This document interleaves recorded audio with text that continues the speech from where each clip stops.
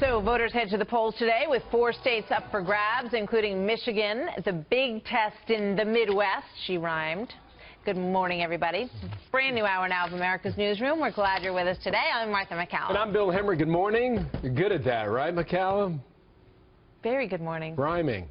No, rhyming? That was so long ago, I can't remember. That was so 2 seconds ago. Donald Trump leading a splintered field on a big day with critical contests. His rivals calling on the others to drop out, claiming they are in the best position to stop Trump.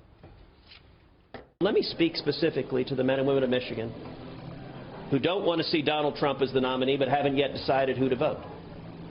If you vote for anyone else, a vote for John Kasich, a vote for Marco Rubio, is effectively a vote for Donald Trump. A vote for John Kasich or a vote for Ted Cruz in Florida is a vote for Donald Trump. I'm the only one that has any chance of beating Donald Trump in Florida. So if you don't want Donald Trump to be the Republican nominee, you have to vote for Marco Rubio. Senior national correspondent John Roberts watching the Cruz campaign today, live in Charlotte, North Carolina. That goes a week from today. And John, good morning to you. Let's start there.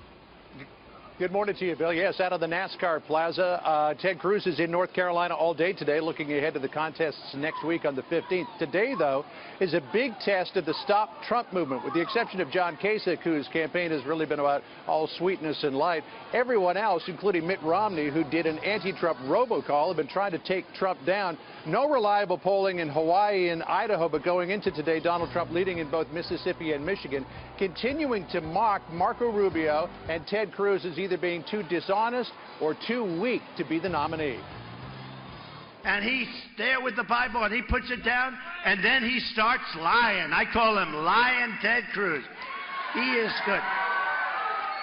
But he's actually not a good liar because you catch him lying all the time. Then we have little Marco Rubio. And I thought, honestly, Marco was going to faint. I was going to grab him to show him how strong that hand is, because he made that sucker up. I was going to say, Marco,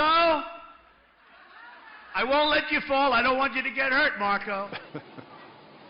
Ted Cruz, meanwhile, continues to make the case that he is the candidate that the Republican Party should coalesce around. For a year now, he's been making the case that the party will not win unless it nominates a strong conservative rather than some wishy-washy moderate.